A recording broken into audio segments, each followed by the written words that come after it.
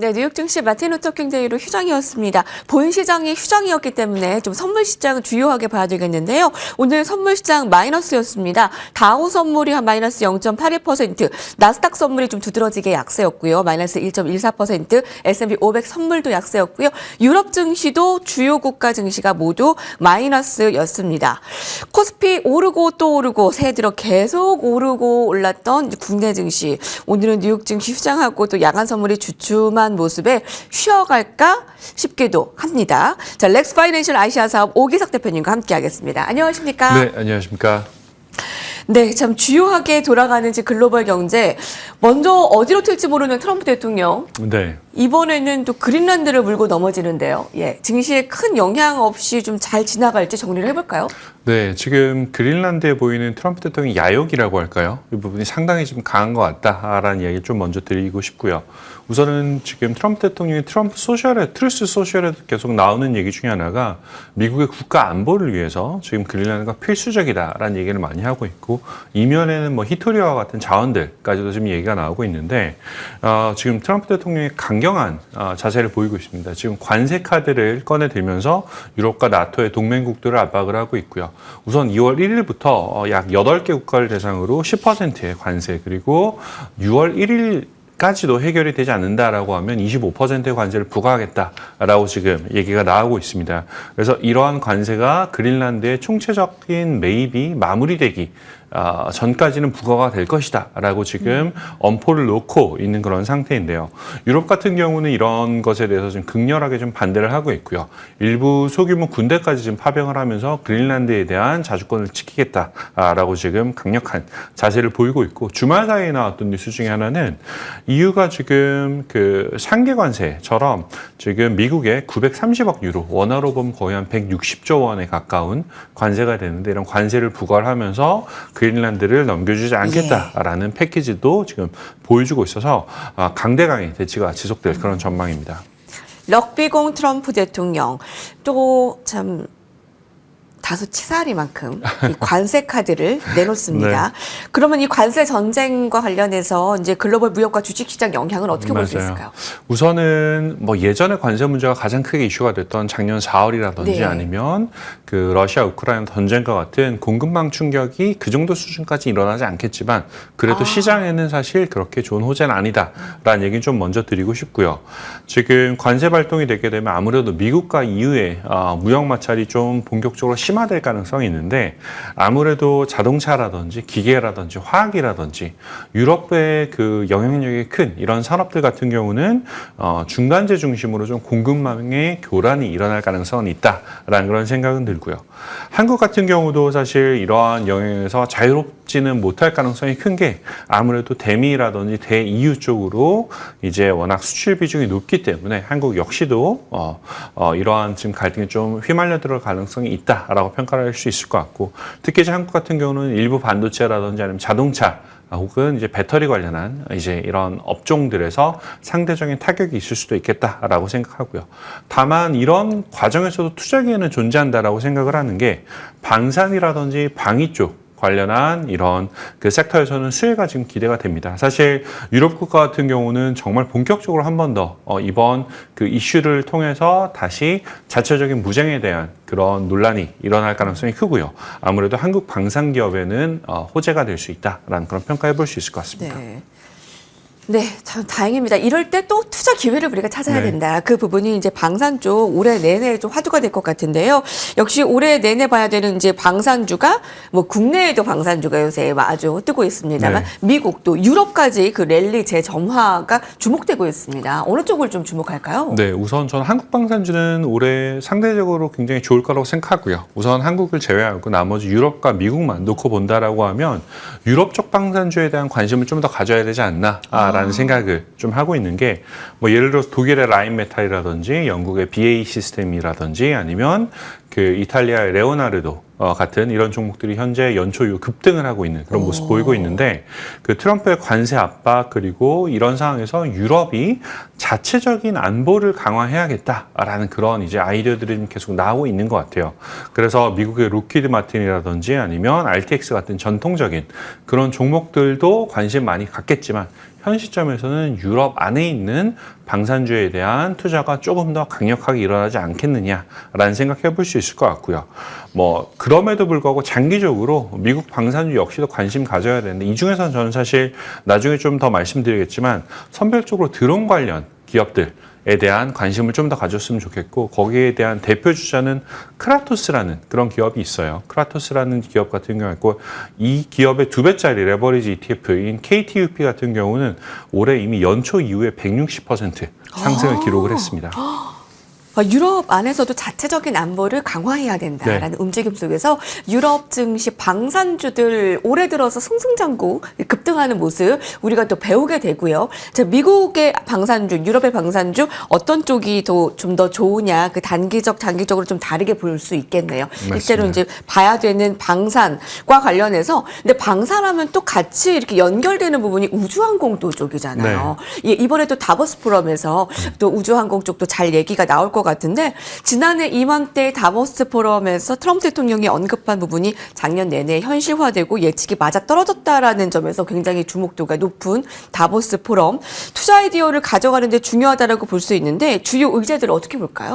올해 다보스 포럼은 정말 그 작년보다 어떻게 보면 더 중요할 수 있는 그런 다보스 포럼이 될 수도 있는 게 워낙 지금 미국과 유럽 간의 갈등이 본격적으로 점화되고 있는 상태에서 이게 다보스 포럼에 트럼프 대통령이 방문을 하거든요. 방문하면서 일단 우선 예상할 수 있는 거는 미국 우선주의 그 마가에 대한 그런 정신을 다시 한번 재확인할 가능성이 크다. 그리고 그린란드 역시도 앞에서 말씀드렸던 것처럼 분명히 짚고 넘어갈 가능성이 크다라고 볼 수 있거든요. 이런 걸 거기에 하나 더 이어서 사실 유럽 정상들이 다 또 방문하기 때문에 그 비공개 회담이 이제 본격적으로 이루어지지 않을까라는 그런 생각해 볼 수 있을 것 같고 아무래도 그린란드 관련한 이런 그 논의가 가장 큰 주제가 될 것으로 좀 촉각을 곤두세우고 있는 그런 상태입니다. 유럽 같은 경우는 현재 아까 말씀드렸던 것처럼 보복 관세를 레버리지로 삼아서 문제를 해결하겠다라는 그런 의지를 보이고 있지만 트럼프 대통령이 제 생각으로는 사실 그렇게 크게 반응할 것 같지는 않고요. 트럼프 대통령이 어젯밤에도 소셜에 올렸었던 것처럼 미국은 그린란드를 가지기 위해서 지난 150년 동안 노력했다라는 이런 얘기를 올리기도 했는데 단기적으로 사실 이제 끝나지 않을 것 같은 그런 이제 문제가 될 것 같습니다. 그래서 이런 일들이 계속된다라고 하면 주식시장 입장으로서는 상대적으로 변동성이 올라갈 수 있는 그런 이벤트가 될 수가 있다라고 생각해 볼 수 있을 것 같고요. 그렇기 때문에 이번 다보스 포럼 안에서 정상들의 한마디 한마디가 주식시장 참가자들에게는 정말 좀 중요한 그런 이벤트가 되고 좀 민감하게 반응하지 않을까라는 생각하고 있습니다. 네, 다보스 발언은 또 민감하게 반응하는 그 시장의 분위기를 포착을 해야 될 것 같습니다. 자, 올해에 계속 키워드로 가져가야 할 이제 방산 우주항공 관련해서 나는 이제 글로벌 ETF로 한번 투자를 해보겠다 하시는 분들을 위해서 좀 구체적으로 좀 아이디어 좀 주세요. 한 두 가지 정도 ETF를 좀 생각을 해봤는데요. 첫 번째는 EUAD라는 유럽 방산 종목, 그리고 두 번째는 DRNZ라는 드론 관련 ETF 두 가지 좀 오늘 얘기를 좀 드리려고 하는데 EUAD라고 하는 종목은 방산주 종목에서도 유럽 방산 종목에만 투자하고 있는 그런 ETF입니다. 이 ETF 같은 경우가 출시한 지는 아직 1년이 아마 안 됐을 거예요. 그럼에도 불구하고 지금 운용 자산이 거의 2조 원 가까이 성장을 하고 있어서 지금 미국 안에서 가장 관심을 크게 받고 있는 이제 그런 ETF고 실제로 추이도 굉장히 좋으네요, 최근에요. 추이도 굉장히 좋습니다. 특히 이제 올해 초 들어서 이제 그린란드 이슈가 나온 이후로 다시 한번 폭등하는 건 모습 보이고 있고요. 유럽의 우주항공이라든지 방산 쪽에 투자할 수 있는 가장 간편한 해결책이 되지 않을까라고 생각하고 있고 투자하고 있는 종목들은 아까 말씀드렸던 BA 시스템이라든지 라인메탈 그리고 레오나르도 같은 대표적인 유럽 방산 종목들에 전부 다 투자를 하고 있고요. 두 번째는 DRNG라고 이건 드론 ETF로 미국에서는 유일하게 드론 관련한 ETF로는 역시 유일한 ETF거든요. 이 ETF 역시도 지금 주가가 지금 굉장히 가파르게 상승하고 있는데 좀 전에 말씀드렸던 크라토스 같은 이제 드론 관련한 이제 방위산업 종목들 특히 이제 러시아 우크라이나 그 사태 이후로 본격적인 지금 투자 지형도가 워낙 많이 바뀌고 있기 때문에 이런 이제 DRNG 같은 방위산업용 ETF도 한번 관심 가져보면 좋겠다는 생각이 들고요.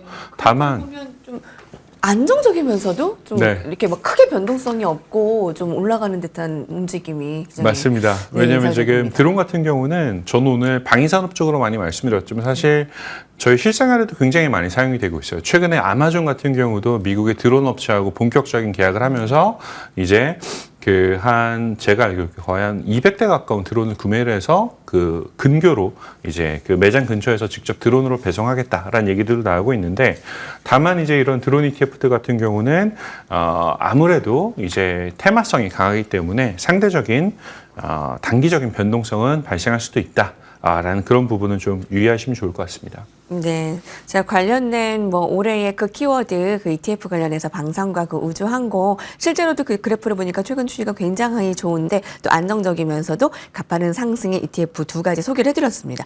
오늘은요 또 이 질문을 또 안 드릴 수가 없습니다. 그간 코스피가 2,000포인트, 3,000포인트에서 얼마나 답답했는가 네. 싶은 게 요새 느끼게 됩니다. 한 번에 이렇게 뚫어도 되나? 그 이후 어떨까? 외국인들은 실제 국내 증시를 어떻게 바라보나? 네. 해외에서 바라보는 한국 시장 어떻게 판단하는지 궁금합니다. 저는 지금 홍콩에서 근무를 하고 또 홍콩에서 미국 회사에서 또 근무를 하고 있잖아요. 그러다 네. 보니까 아무래도 해외에서 한국 시장을 보는 거에 좀 더 많이 노출될 수밖에 없다라고 말씀드리고 싶은 게, 제가 외국에서 국내 증시를 보는 느낌이 지난 한 6개월 사이 정말 좀 많이 바뀐 것 같아요. 특히 이제 홍콩 같은 경우는 뭐 최근에 뭐 여러 뉴스에서 많이 나오고 있는 삼성전자 개별 주식 레버리지, 또 하이닉스 개별 주식 레버리지, 이런 것들이 출시가 된 지 얼마 안 됐거든요. 거의 한 3, 4개월밖에 안 되는데 지금 두 종목 자체가 운용 자산이 합치면 한 1조 한 5천억에서 6천억 정도까지 얼마 안 컸습니다. 되는데. 한 4개월 사이 이렇게 컸고요. 그리고 사실 뭐 이게 그럼 어디서 들어온 거냐? 국내인 투자자들이 해외에서 투자한 거냐라고 하면 물론 비중은 있지만 크진 않고요. 거의 80% 이상이 홍콩 현지 투자자들이 지금 국내로 투자하는 그런 방법으로 사용을 하고 있습니다. 그럼 이렇게 가파르게 지금 한국 주식에 대한 관심이 늘어난 이유가 여러 개가 있겠지만, 첫 번째는 워낙 최근에 주식들이 모멘텀이 좋았고요. 두 번째는 그리고 지금 미국의 AI 업종들, 특히 빅테크 위주로 아무래도 작년 재작년에 워낙 많이 상승하다 보니까 가격은 좀 많이 올랐고, 그러면 이런 AI 대형 트렌드 안에서 그 다음으로 수혜해 볼 수 있는 종목들이 어딘가 찾다 보니 지금 한국에 있는 삼성전자나 하이닉스 같은, 최근에 현대차까지도 피지컬 AI로 같이 지금 편입이 되고 있는데, 뭐 이런 종목들에 대한 관심이 굉장히 늘어나고 있고요. 지금 정부 정책이 여러 가지 기조가 있지만 전 개인적으로 이 중에서 현재까지로 보면 해외에 있는 개인 투자자들은 한국에 있는 주식시장 투자하기가 너무 힘들었어요.